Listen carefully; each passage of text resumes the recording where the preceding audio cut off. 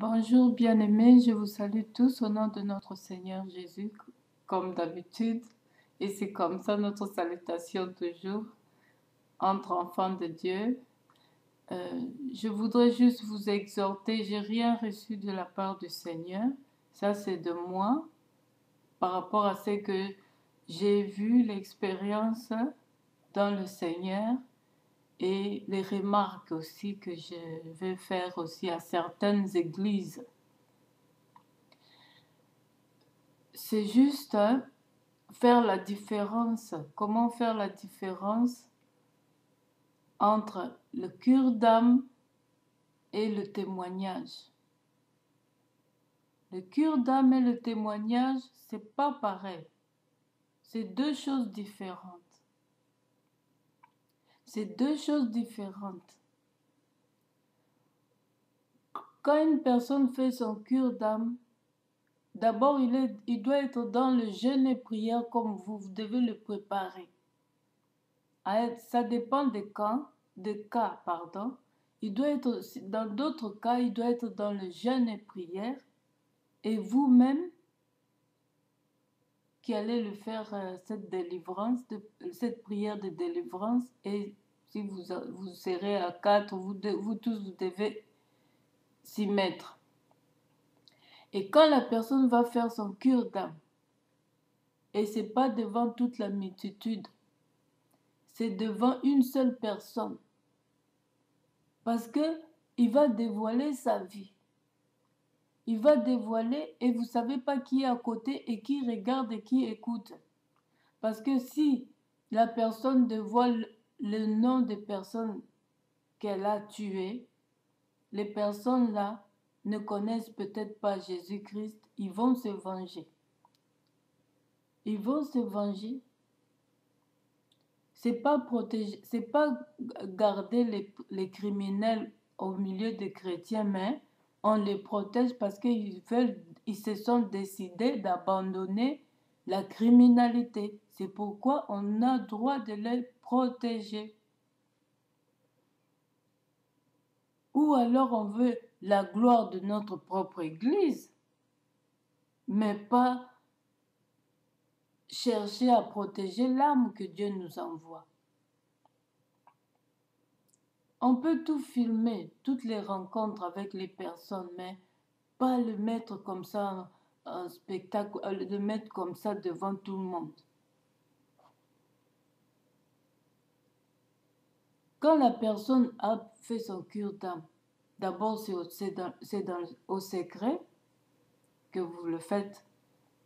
Après ça, elle va passer à la délivrance. Vous faites les prières d'autorité jusqu'à ce que le Saint-Esprit vous convainc que c'est fait. Puis ensuite, il faudrait lui donner des leçons pour nourrir le Saint-Esprit qu'il a reçu. Avant de faire son cure d'âme, vous le faites accepter Jésus-Christ. Et après le cure d'âme, délivrance, vous lui laissez suivre d'autres enseignements pour maintenir sa délivrance. Pendant le temps là qu'elle attend la délivrance, la prière de délivrance, vous pouvez l'enseigner. Vous pouvez l'enseigner, comme on dit, les affermissements, qui comprennent d'abord ce qu'il va faire et pourquoi il va passer à la prière de la délivrance. Puis ensuite, après la délivrance, vous pouvez le faire baptiser. Il doit passer au baptême. Et par après, si la personne seule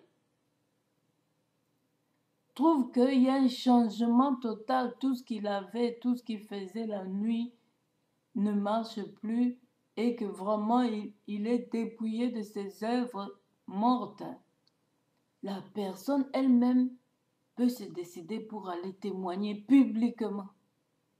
Et c'est le Saint-Esprit maintenant qui va l'aider à parler devant les gens, à dire quoi il faut dire pour le protéger lui-même et pour édifier les autres. Et ça ne sera pas un sujet de tristesse avec des larmes qui fondent, hein, mais ça sera un sujet de joie. Parce qu'en témoignant, nous allons lire dans Apocalypse. Apocalypse 12, chapitre 12, verset 11. Ils l'ont vaincu à cause du sang de l'agneau et à cause de la parole de leur témoignage. Et ils n'ont pas aimé leur vie jusqu'à craindre la mort. C'est pourquoi réjouissez-vous, cieux, et vous qui habitez dans les cieux.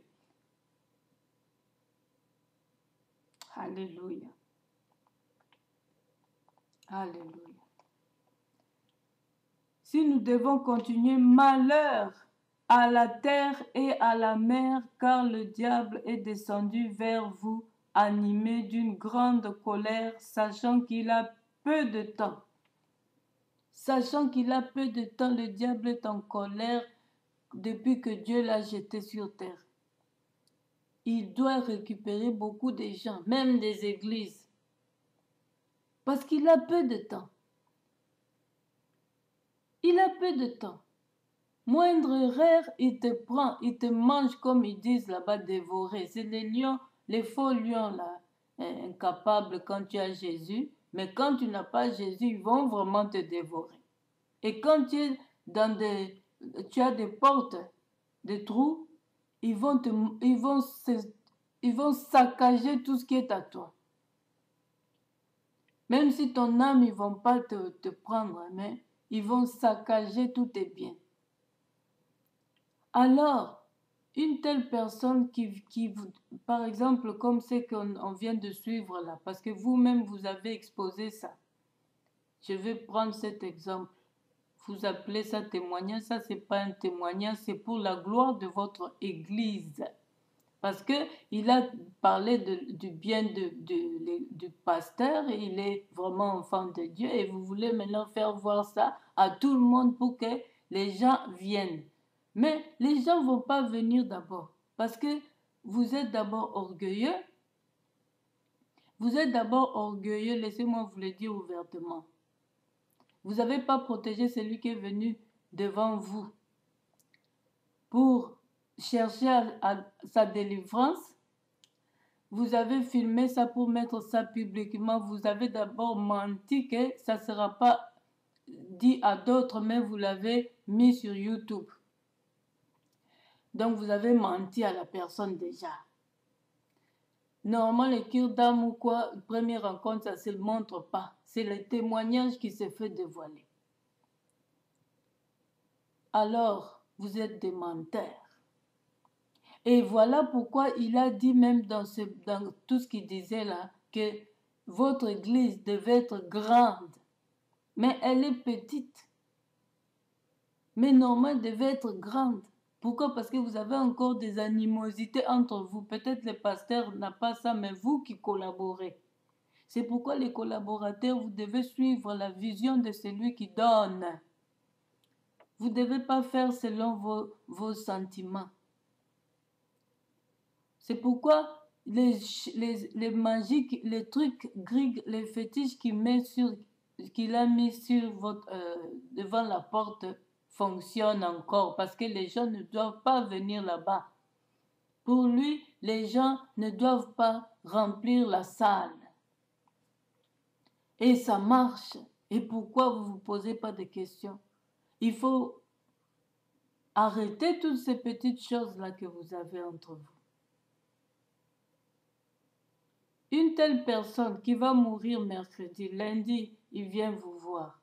Que, soi-disant, d'abord vous-même, vous devez, toutes les personnes qui collaborent avec le pasteur ou qui travaillent dans les prières d'intercession ou de la délivrance, doivent toujours être prêts, doivent toujours avoir une vie de prière, une vie de jeûne et prière. Parce que les démons là, la parole de Dieu nous dit, il y a d'autres situations que ça ne quitte que par les jeûnes et prières. Alors vous qui êtes dans cette position-là d'intercession, et d'autres intercesseurs. Il y a des intercesseurs qui prient que pour l'Église et d'autres situations. Et d'autres intercesseurs prient que pour les gens qui doivent être délivrés. D'autres intercesseurs, pardon. Alors, ceux-là de délivrance doivent être en jeûne et prière chaque jour. Si vous faites, vous pouvez, les jeunes ne veulent pas seulement dire, excusez-moi, nous allons continuer.